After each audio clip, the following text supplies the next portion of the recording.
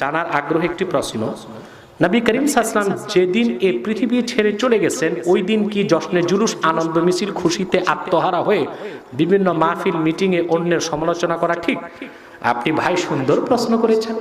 তার মানে আপনি বলতে চাচ্ছেন 12 রবিউল আউয়াল আমাদের শোক পালন করা উচিত, এই তো তার উদ্দেশ্য?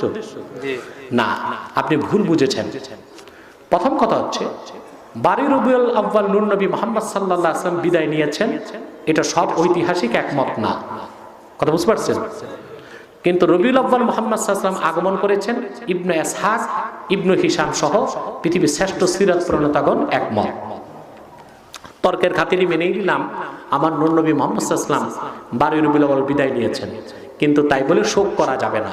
কারণ শোক করা হয় সাধারণ মানুষ মরে গেলে, আল্লাহর রাসূল সাধারণ ছিলেন না, তিনি হায়াতুল নবী।